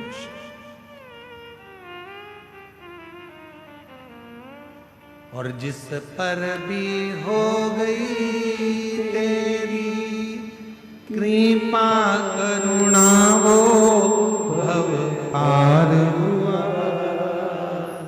भव पार हुआ। पापी हो चाहे जितना उसका भी बाबा उद्धार हुआ, उद्धार हुआ। का जैसे तेरे मन को भाई, जरा सी हम पर कर दो, जरा सी हम पर कर दो। तेरी कृपा का क्या है भरोसा कब किस पर हो जाए, जरा सी हम पर कर दो, जरा सी हम पर कर ये दो। उसकी उदारता से, उसकी करुणा से, उसकी दया से। वर्णन आया एक बिंदुक नाम का ब्राह्मण था, उसकी धर्मपत्नी का नाम चंचूला देवी था। बिंदुक वो भी प्रेत योनि में पड़ गया था। चंचूला देवी ने भगवान देव अधिदेव महादेव से प्रार्थना करी, विनय करा, निवेदन करा। तुमरुका जी के मुख से कथा श्रवण, मेरी जीजियों, तुमरुका कोई साधारण नहीं है। भगवान शंकर के ऐसे भक्त, भगवान शिव के ऐसे उपासक तुमरुका जी हैं जो भगवान शंकर की अविरल भक्ति में 24 घंटे हर पल, हर घड़ी, हर क्षण, हर श्वास में डूबे रहते हैं। हर क्षण डूबे, हर पल डूबे।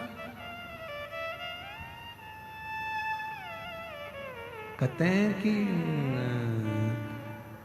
आप जब भगवान शंकर को एक लोटा जल चढ़ाने के लिए जाते हैं, भगवान शिव को जब आप एक लोटा जल चढ़ाने के लिए जाते हो, तो शिव पुराण की कथा कहती है जब लौट कर आते हो जल चढ़ाकर, तो शिव महापुराण की कथा कहती है कि आपका पात्र भले वहां जल चढ़ाकर खाली हो गया हो, पर जब आप लौट कर आते हो तब आपका पात्र खाली नहीं रहता, उसमें शिव की आज्ञा से लक्ष्मी प्रवेश कर कर तुम्हारे घर के अंदर प्रवेश कर जाती है। लक्ष्मी प्रवेश कर, उसमें लक्ष्मी का प्रवेश होता है। बिंदु प्रेत योनि से मुक्त हो।